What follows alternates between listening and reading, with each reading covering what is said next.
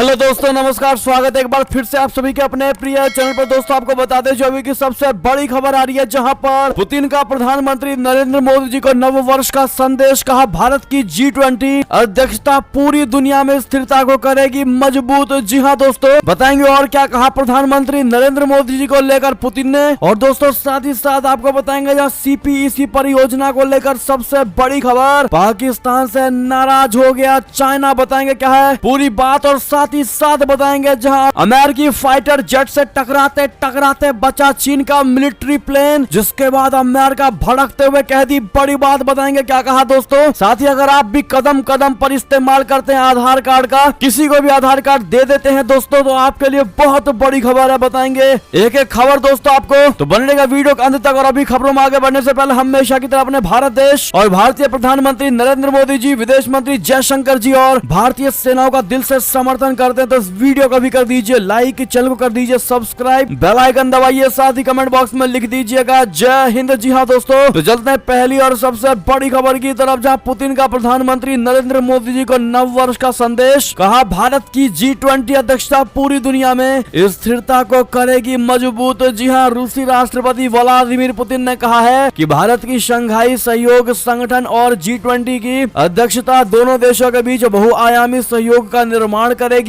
साथ ही एशिया और पूरी दुनिया में स्थिरता और सुरक्षा को मजबूत करेगी। रूसी राष्ट्रपति के कार्यालय क्रेमलिन ने एक बयान में यह जानकारी दी है। आपको बता दें कि भारत ने 1 दिसंबर को औपचारिक रूप से G20 की अध्यक्षता संभाली है, साथ ही शंघाई सहयोग संगठन की भी अध्यक्षता भारत के पास है। जी हाँ दोस्तों, राष्ट्रपति द्रौपदी मुर्मू जी और प्रधानमंत्री नरेंद्र मोदी जी को भेजे नव वर्ष संदेशों में पुतिन ने कहा है कि रूस भारत ने 2022 में अपने राजनयिक संबंधों की 75वीं वर्षगांठ मनाई। दोस्ती और आपसी सम्मान की सकारात्मक परंपराओं पर भरोसा करते हुए दोनों देश अपनी रणनीतिक साझेदारी को मजबूती से विकसित करना जारी रखे हुए हैं। पुतिन ने कहा कि दोनों देशों ने ऊर्जा, सैन्य प्रौद्योगिकी और सहयोग के अन्य क्षेत्रों के अलावा बड़े पैमाने पर व्यापार और आर्थिक परियोजनाओं को सफलता पूर्वक अंजाम दिया। साथ ही क्षेत्रीय और वैश्विक एजेंडे के महत्वपूर्ण मुद्दों के सुलझाने के लिए मिलकर काम किया। रूसी राष्ट्रपति ने कहा कि मुझे विश्वास है कि भारत की SCO और G20 अध्यक्षता एशिया और पूरी दुनिया में स्थिरता और सुरक्षा को मजबूत करेगी और भारत रशिया के बीच सहयोग के निर्माण के लिए नए अवसर खोलेगी। जी हाँ दोस्तों, ऐसे में राष्ट्रपति पुतिन का भारत और प्रधानमंत्री नरेंद्र मोदी जी की तारीफ करने के लिए दोस्तों इनको थैंक यू जरूर कह दीजिएगा आप लोग। साथ ही साथ बात करें एक और बड़ी खबर की, जहाँ पाकिस्तान से नाराज चाइना। आतंकी हमलों से बौखलाए चीनी राजदूत ने लगाई PM शहबाज शरीफ के करीबी की क्लास। बता दें पाकिस्तान में तहरीक-ए-तालिबान की तरफ से बढ़ते आतंकी हमलों ने चीन को डरा दिया है। चीन पाकिस्तान इकोनॉमिक कॉरिडोर बोले तो CPEC चीनी राष्ट्रपति शी जिनपिंग का एक ड्रीम प्रोजेक्ट है दोस्तों। इस प्रोजेक्ट के तहत पाकिस्तान में बंदरगाह, सड़क, रेलवे और एयरपोर्ट्स का निर्माण होना है। जिस समय ये प्रोजेक्ट पाकिस्तान में आया सबकी उम्मीदें बढ़ गई थी। दुनिया की एक बड़ी आर्थिक महाशक्ति देश में निवेश को तैयार हो रही थी। पाकिस्तानी अथॉरिटीज को लगने लगा था कि ये प्रोजेक्ट उनके दिन बदल सकता है, लेकिन अब इन्हीं अथॉरिटीज को ही चिंता सताने लगी है। दोनों देशों की कोशिशों के बाद भी ये प्रोजेक्ट आगे नहीं बढ़ पा रहा। आतंकवाद इसकी एक सबसे बड़ी वजह साबित हो रही है। जी हाँ दोस्तों, अफगानिस्तान और पाकिस्तान में फिर से आतंकी संगठन एक साथ आने लगे हैं। पश्चिमी मोर्चे पर चमन के बॉर्डर से लेकर ईरान से लगे बलूचिस्तान तक में आतंकी हावी हो रहे हैं। CPEC एक $60 बिलियन वाला प्रोजेक्ट है। पाकिस्तान इस समय चीन के कर्ज के जाल में डूबा हुआ है। चीनी कमर्शियल बैंकों से उसने भारी रकम उधार ली हुई है। विशेषज्ञों की माने और विशेषज्ञ मानने भी लगे हैं कि ये देश की अर्थव्यवस्था के लिए ठीक नहीं है। पाकिस्तान की अर्थव्यवस्था पहले ही डूबने की स्थिति पर आ चुकी है। जी हाँ दोस्तों, पाकिस्तान और चीन के करीबी के बाद भी असलियत इससे काफी अलग है। चीनी प्रोजेक्ट को एक के बाद एक झटके झेलने पड़ रहे हैं। बलूचिस्तान में जहाँ CPEC के कई प्रोजेक्ट है, वहाँ पर चीनी कर्मियों पर लगातार आतंकी हमले हो रहे हैं। पाकिस्तान के प्रधानमंत्री शहबाज शरीफ के करीबी सैयद तारिक फातिमी ने चीनी राजदूत नोंग रोंग से मुलाकात की। फातिमी ने नोंग को भरोसा दिलाया है कि जिन प्रोजेक्ट्स चीनी कर्मी लगे हैं उन्हें पूरी सुरक्षा मुहैया कराई जाएगी। जी हाँ दोस्तों, अब देखना ये होगा कि ये प्रोजेक्ट वाकई में दोस्तों कामयाब हो पाता है या फिर चाइना पूरे रिश्ते नाते पाकिस्तान से तोड़ देगा। आपको क्या लगता है दोस्तों, अपनी राय अवश्य दीजिएगा और इस वीडियो को शेयर कर दीजिएगा दोस्तों, और वीडियो को लाइक करना तो बिल्कुल मत भूलिएगा। बात करेगा और बड़ी खबर की, जहाँ पर अमेरिकी फाइटर जेट से टकराते टकराते बचा चीन का मिलिट्री प्लेन, अमेरिका भड़का। बता दें दक्षिण चीन सागर इलाके में एक बड़ा हादसा होने से उस समय टल गया दोस्तों, जब अमेरिकी एयरफोर्स का विमान चीन के मिलिट्री प्लेन से भिड़ने से बाल बाल बच गया। दोनों विमानों के बीच महज 10 फीट की दूरी रह गई थी। अमेरिका का कहना है कि अगर समय से उनका पायलट विमान को नहीं बचाता तो बड़ा हादसा हो सकता था। इसके साथ ही अमेरिका ने चीन को चेतावनी भी दी है। गुरुवार को अमेरिकी मिलिट्री ने इस बारे में जानकारी देते हुए कहा है कि पिछले सप्ताह दक्षिण चीन सागर में एक चीनी military plane US aircraft air force के इतने पास आ गया था दोस्तों कि दोनों के बीच सिर्फ 10 फीट का फासला रह गया। इसी वजह से अमेरिकी फाइटर जेट के पायलट को इंटरनेशनल एयर स्पेस में हादसे से बचने के लिए तुरंत एक्शन लेते हुए वहां से अलग होना पड़ा। अमेरिका ने कहा है कि चीनी मिलिट्री एयरक्राफ्ट का इतना करीब आना काफी खतरनाक था। यूएस मिलिट्री ने बताया कि यह घटना 21 दिसंबर की है, जिस समय चीनी नेवी J-11 फाइटर जेट और एक यूएस एयरफोर्स RC-135 एयरक्राफ्ट आसमान में उड़ान भरे रहे थे। जी हाँ दोस्तों, अमेरिका की ओर से बयान में कहा गया है कि हम आशा करते हैं कि इंडो पैसिफिक क्षेत्र में इंटरनेशनल एयर स्पेस का सभी देश सुरक्षित तरह से और अंतर्राष्ट्रीय कानून के अनुसार इस्तेमाल करेंगे। यूएस मिलिट्री के प्रवक्ता ने आगे कहा कि चीनी विमान अमेरिकी जेट के विंग के 10 फीट पास तक आ गया था। हालांकि दोनों के फ्रंट साइड में 20 फीट का गैप था। बात करते दोस्तों एक और बड़ी खबर की, जहां पर तानाशाही पर उतर आया पाकिस्तान। बलूचिस्तान में विरोध प्रदर्शन पर लगाई रोक, लगाया कर्फ्यू। बता दें पाकिस्तान के बलूचिस्तान में प्रांतीय सरकार ने इस सप्ताह के दौरान प्रदर्शनकारियों के साथ हुए हिंसक संघर्ष में एक पुलिसकर्मी की मौत के बाद बंदरगाह शहर ग्वादर में विरोध प्रदर्शनों पर प्रतिबंध लगाने के साथ कर्फ्यू लागू कर दिया है। एक आधिकारिक वक्तव्य में शुक्रवार को यह जानकारी दी गई। मौलाना हिदायत उर रहमान के नेतृत्व में हक दो तहरीक यानी HDT नामक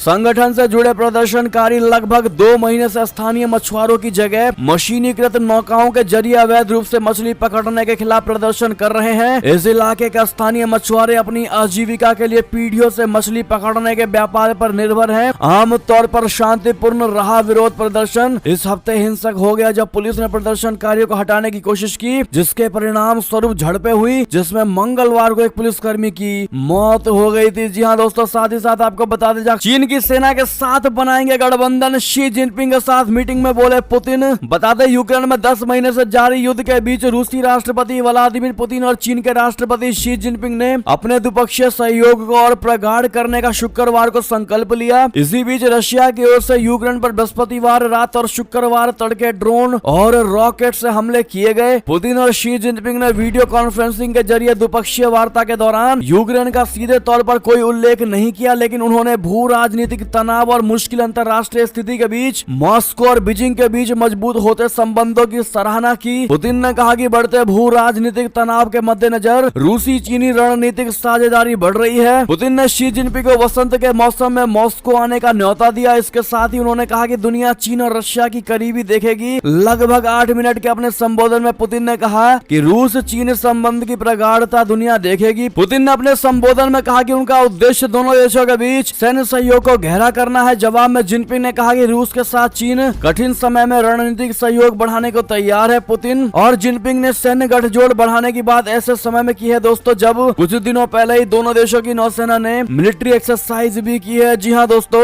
बात करते हैं एक और बड़ी खबर की, जहां पर मां के निधन के बाद भी कर्तव्य पथ पर डटे रहे प्रधानमंत्री नरेंद्र मोदी जी। सरदार पटेल से हो रही है उनकी तुलना। आपको बता दें प्रधानमंत्री नरेंद्र मोदी जी की मां हीराबेन का शुक्रवार को निधन हो गया। दोस्तों, मां के अंतिम संस्कार के तुरंत बाद प्रधानमंत्री मोदी जी फिर से कर्तव्य पथ पर चल पड़े। उन्होंने हावड़ा और जलपाईगुड़ी को जोड़ने वाली वंदे भारत ट्रेन को वर्चुअली फ्लैग ऑफ किया। पीएम मोदी जी की इस कर्तव्य निष्ठा को देख सोशल मीडिया में अचानक सरदार वल्लभ भाई पटेल की चर्चा शुरू हो गई। आपको बता दें दोस्तों, आखिर वो कौन सा खास वाक्य है जिसके चलते पीएम मोदी जी के साथ सरदार वल्लभ भाई पटेल पर बातें होने लगी। दरअसल जिस तरह से मां की मौत के बाद भी प्रधानमंत्री मोदी जी ने बिना विचलित हुए अपने कर्तव्यों को निभाया, कुछ ऐसा ही सरदार वल्लभ भाई पटेल ने भी किया था। ये बात है साल 1900 की। तब सरदार पटेल जी ने गोधरा में वकालत की प्रैक्टिस शुरू की थी। 11 जनवरी 1909 की बात है। वो कोर्ट में किसी मामले में जिरह कर रहे थे। इसी दौरान उन्हें एक टेलीग्राम मिला। उन्होंने वो टेलीग्राम लिया, उसे खोलकर पढ़ा और फिर उसे उठाकर बैग में रख लिया। इसके बाद करीब 2 घंटे तक कोर्ट में बहस चलती रही। आखिर सरदार पटेल ने वो केस जीत लिया। सुनवाई खत्म होने के बाद जज और अन्य लोगों ने इस पर उनसे टेलीग्राम के बारे में पूछा। जब पटेल ने इसमें अपनी पत्नी की मौत की सूचना होने की बात कही तो वो वहाँ मौजूद हर कोई हैरान रह गया। जी हाँ दोस्तों, और यही बड़ी वजह है पीएम मोदी जी ने भी ऐसे मिसाल कायम किए हैं। दोस्तों गौरतलब है कि प्रधानमंत्री मोदी जी की मां शुक्रवार भोर में निधन हुआ। पीएम मोदी जी को 7800 करोड़ रुपए से अधिक की परियोजनाओं का उद्घाटन और शिलान्यास करने के लिए पश्चिम बंगाल का दौरा करना था, लेकिन मां के निधन के बाद उन्हें अहमदाबाद आना पड़ा। प्रधानमंत्री सुबह करीब 9:30 बजे अहमदाबाद पहुंचे और हीराबेन का अंतिम संस्कार दिया और करीब 11:30 बजे वीडियो कॉन्फ्रेंसिंग के जरिए कोलकाता में कार्यक्रमों को संबोधित किया। जी हाँ दोस्तों, एक नॉर्मल इंसान दोस्तों अगर उसके घर में ऐसा होता है तो वो छुट्टी ले लेता है या बिना छुट्टी लिए भी दोस्तों कार्य पर नहीं जाता, लेकिन दोस्तों ये तो प्रधानमंत्री नरेंद्र मोदी जी हैं, ये चाहते तो वो आज शिलान्यास ना करके इसको एक्सटेंड कर सकते थे दोस्तों, लेकिन उसके बावजूद भी उन्होंने ऐसा नहीं किया। इतनी बड़ी घटना होने के बावजूद भी दोस्तों उन्होंने अपने कर्तव्य का पालन किया। इस पर आप क्या कहना चाहेंगे? आपकी राय होगी दोस्तों कमेंट में लिखकर जरूर बताइएगा और कमेंट में मोदी है तो मुमकिन है दोस्तों उनकी माता जी को श्रद्धांजलि आप लोग जरूर दीजिएगा कमेंट के माध्यम से। आपको बता दें दोस्तों कि प्रधानमंत्री मोदी जी के दुख में साथ देने आए दुनिया के नेता शहबाज शरीफ और नेतन्याहू ने भी हीरा मां को दी श्रद्धांजलि। जी हाँ दोस्तों, नेपाल के प्रधानमंत्री पुष्प कमल दहल प्रचंड ने कहा कि मोदी जी की मां के निधन के बारे में जानकर बहुत दुख हुआ। दुख की इस घड़ी में मैं प्रधानमंत्री मोदी जी और परिवार के सदस्यों के प्रति हार्दिक संवेदना व्यक्त करता हूँ। साथ ही साथ दोस्तों पाकिस्तानी प्रधानमंत्री शहबाज शरीफ ने भी प्रधानमंत्री मोदी जी की मां हीराबेन को और उनके निधन पर शोक प्रकट किया। जी हाँ, और साथ ही साथ आपकी क्या निजी राय होगी इस पर दोस्तों बताइएगा जरूर। एक और खबर की बात करें जहां नेपाल में सत्ता का रिमोट कंट्रोल रहेगा केपी शर्मा ओली के हाथ में। जी हां, नेपाल में प्रधानमंत्री भले पुष्प कमल दहल बने हो लेकिन सत्ता संचालन की कमान पूर्व प्रधानमंत्री केपी शर्मा ओली के हाथ ही रहेगी। जी हां, सरकार चलाने में प्रधानमंत्री और सरकार की मदद के लिए एक खास समिति के गठन के बाद ऐसी अटकलों को बल मिला है। इस समिति के अध्यक्ष ओली बनाए गए हैं दोस्तों। संसद के निचले सदन प्रतिनिधि सभा में ओली की कम्युनिस्ट पार्टी ऑफ नेपाल नए बने सत्ताधारी गठबंधन के भीतर सबसे बड़ी पार्टी है। सदन में उसके 78 सदस्य हैं, जबकि दहल की कम्युनिस्ट पार्टी ऑफ नेपाल बोले तो माओइस्ट सेंटर के सिर्फ 32 सांसद ही हैं। जी हां, सत्ताधारी गठबंधन में शामिल दलों के नेताओं की गुरुवार को उच्च स्तरीय बैठक हुई। इसमें ओली को समिति का अध्यक्ष बनाने पर फैसला हुआ। समिति का पहला काम नई सरकार के लिए एक साझा न्यूनतम कार्यक्रम तैयार करना होगा। समिति ने 5 दिन के अंदर ये कर लेने का संकल्प जताया है। जी हाँ दोस्तों, इससे आप लोगों को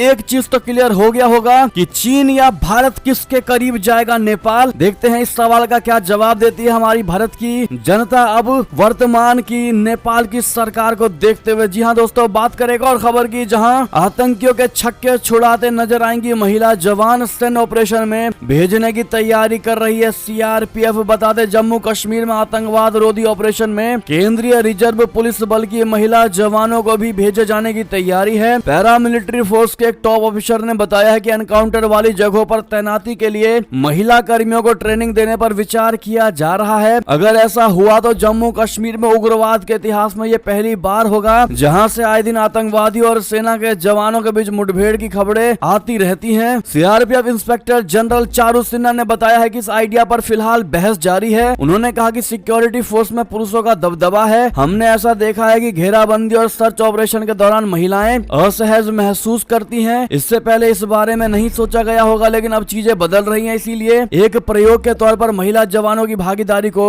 बढ़ाने का विचार है। जी हाँ दोस्तों, बात करें एक और खबर की जहां पर यूक्रेन के खिलाफ रूसी जंग में शामिल होने को तैयार है पूर्व अफगान सैनिक। बता दें खोई हुई स्थिति और ईरान में हताश अस्तित्व के कारण हजारों पूर्व अफगान सैनिक यूक्रेन और अन्य युद्ध क्षेत्रों में भाड़े के सैनिकों के रूप में लड़ने पर विचार कर रहे हैं, जिनमें से कई अमेरिका द्वारा प्रशिक्षित कुलीन कमांडो हैं। मीडिया में ये जानकारी सामने आई है। पिछले साल तालिबान के दोबारा सत्ता में आने के बाद कई पूर्व अफगान सुरक्षा कर्मियों ने अमेरिका पर उन्हें छोड़ने का आरोप लगाया। वे ये भी कहते हैं कि गरीबी और सुरक्षा संबंधी चिंताएं भी भाड़े के सैनिक बनने के लिए मजबूर कर रही हैं। RAL ने बताया कि व्हाट्सएप संदेशों के अनुसार कुछ पूर्व अफगान कमांडो पहले से ही वैगनर ग्रुप में शामिल होने के लिए कदम उठा चुके हैं, जो एक निजी अर्धसैनिक संगठन है जो यूक्रेन के खिलाफ क्रेमलिन के युद्ध में प्रमुख भूमिका निभा रहा है। अन्य वर्तमान में ईरान में रह रहे हैं, जहां हजारों पूर्व अफगान सैनिकों ने अगस्त 2021 में अपने मूल अफगानिस्तान पर तालिबान की जब्ती के बाद शरण ली थी। उनका कहना है कि वो मामूली जीवन जी रहे हैं, शारीरिक श्रम का सहारा ले रहे हैं, यहाँ तक कि गुजारा करने के लिए बेचने के लिए कचरे के माध्यम से राइफलिंग कर रहे हैं। जी हाँ दोस्तों, साथ ही साथ एक और खबर की बात करें जहां चीन ने अमेरिका में अपने दूत चीन गांग को नया विदेश मंत्री बनाया। जी हां, चीन ने अमेरिका में अपने दूत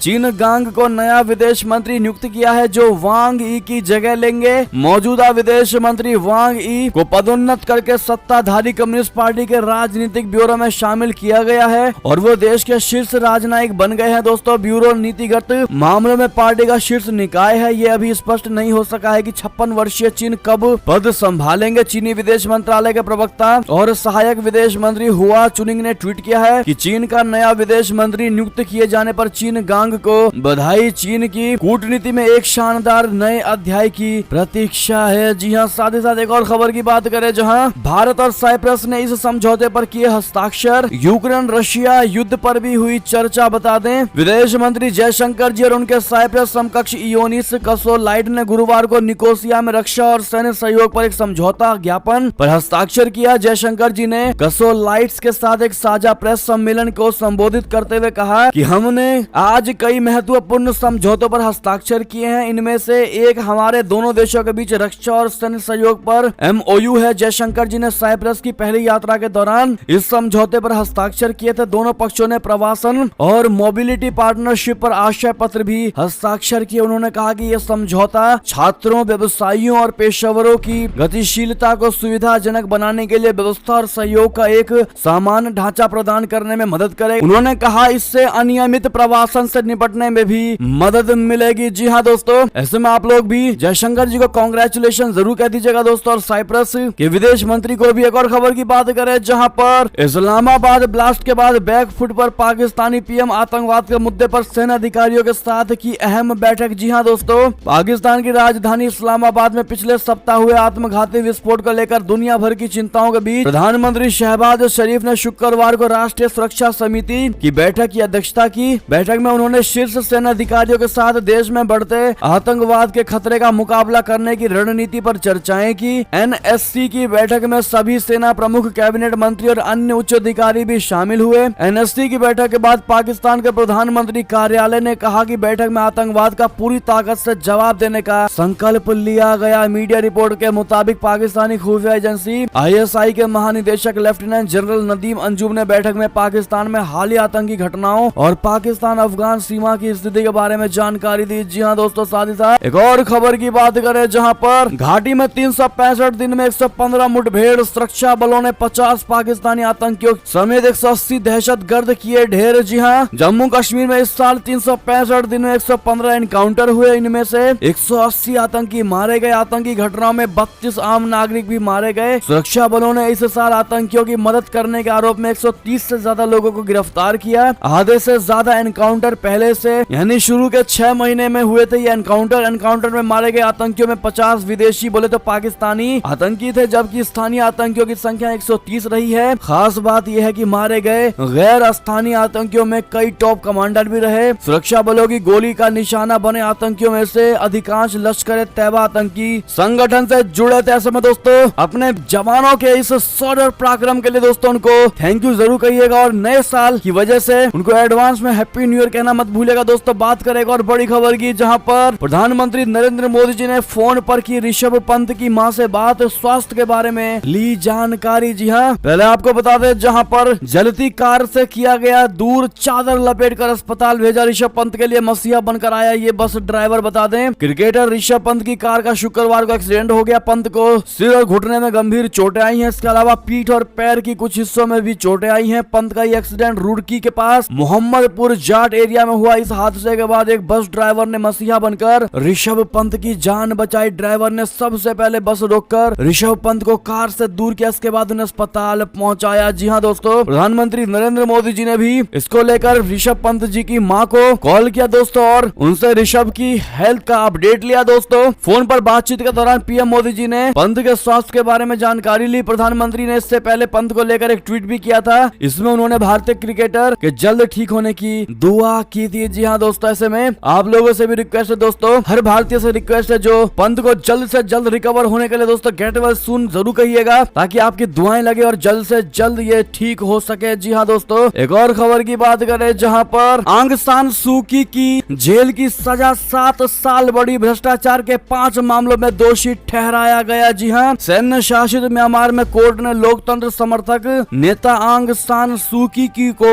7 साल जेल की सजा सुनाई है दोस्तों, और बढ़ा दी गई है। भ्रष्टाचार के अन्य आरोपों में दोषी करार देते हुए उनकी सजा को बढ़ा दी गई। जानकारी के मुताबिक कोर्ट ने अपदस्थ नेता आंग सान सूकी को भ्रष्टाचार के 5 मामलों में दोषी ठहराया है। उन्हें और अधिक 7 साल के लिए जेल में डाल दिया गया है। रिपोर्ट के अनुसार सूकी को संयुक्त रूप से 33 साल जेल की सजा काटनी है। जी हाँ दोस्तों, साथ ही साथ एक और खबर की बात करें, जहां भारत, अमेरिका सहित 7 देशों ने चीन पर लगाए प्रतिबंध। इटली पहुंचे 2 विमानों में 100 से अधिक संक्रमित। जी हाँ दोस्तों, चीन में अकेले दिसंबर महीने में कोविड संक्रमण के 35 करोड़ के करीब मामले सामने आ चुके हैं। चीन के हालात को ध्यान में रखकर भारत और अमेरिका सहित 7 देशों ने चीन के खिलाफ यात्रा प्रतिबंध लगाए हैं। इन प्रतिबंधों के तहत चीन से आने वाले यात्रियों को कोविड नेगेटिव होने का सबूत देना होगा। प्रतिबंध लगाने वाले देशों में जापान, दक्षिण कोरिया, ताइवान, इटली और मलेशिया शामिल है। वहीं चीन में दवाओं तक की भी किल्लत है। जी हाँ दोस्तों, इटली अभी तक कोविड की वजह से हुई तबाही से पूरी तरह उबरा नहीं है। इसी बीच बुधवार को चीन से 2 फ्लाइट इटली पहुंचे। इनमें सवार 212 लोगों में से 100 से अधिक लोग संक्रमित मिले हैं। इसके तुरंत बाद इटली की सरकार ने भी चीन से आने वाले यात्रियों की कोविड जांच करने का फैसला किया है। यानी कि दोस्तों, भारत जब भी कोई डिसीजन लेता है, सबसे पहले दोस्तों और सबसे बेहतर डिसीजन लेता है, उसको देखते हुए बाकी देश बाद में डिसीजन लेते हैं। दोस्तों, ऐसे में अगर आप भी मानते हैं ये सब मोदी है तभी संभव है, तो कमेंट में लॉन्ग लिव मोदी जी कहना मत भूलिएगा। दोस्तों, आप लोग एक और खबर की बात करें इसी से जुड़ी, जहां चीन में कोरोना के हालात से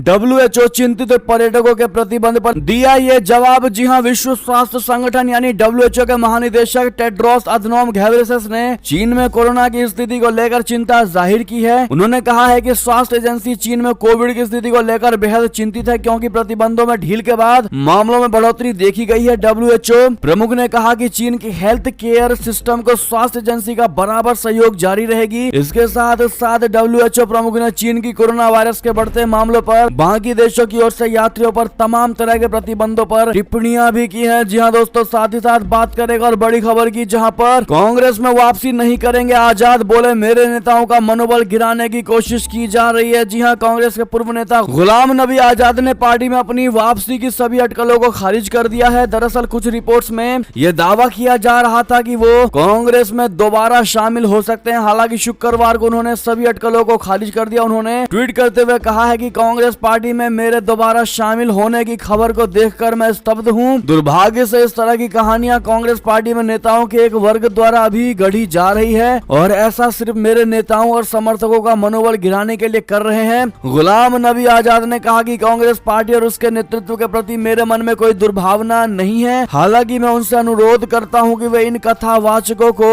ऐसा करने से बाज आने को कहें। एक बार फिर मैं इस बात पर जोर देना चाहूंगा कि यह कहानी पूरी तरह निराधार है, जिसका कोई आधार नहीं है। एक और खबर की बात करें दोस्तों, जहां पर खुशी से उछल पड़ेंगे PPF खाते वाले। जी हां, आखिर वित्त मंत्री जी कब करेंगी ये बड़ा ऐलान, बता दें। यूनियन बजट पेश होने में करीब महीना बाकी है। 1 फरवरी को वित्त मंत्री निर्मला सीतारमण जी की तरफ से अगले वित्तीय वर्ष के लिए बजट पेश किया जाएगा, लेकिन इससे पहले अलग अलग सेक्टर की तरफ से वित्त मंत्री जी को अपनी मांगों से अवगत कराया जा रहा है। इसके साथ ही केंद्रीय वित्त मंत्री से आगामी बजट में राहत देने की मांग की जा रही है। सूत्रों का यह भी दावा है कि सरकार इस बार के बजट में किसानों और नौकरी पेशा दोनों को राहत देने पर विचार करेगी। दरअसल ये 2024 के लोकसभा चुनाव से पहले मोदी सरकार का आखिरी बजट होगा। यूनियन बजट में सैंक्शन 80C के तहत बजट की लिमिट 1.5 लाख से बढ़ाकर 2.5 लाख रुपए की जाने की उम्मीद की जा रही है। ICAI की तरफ से प्री बजट मेमोरेंडम 2023 में आम आदमी को ज्यादा सेविंग करने की बात की गई है। जी हाँ दोस्तों,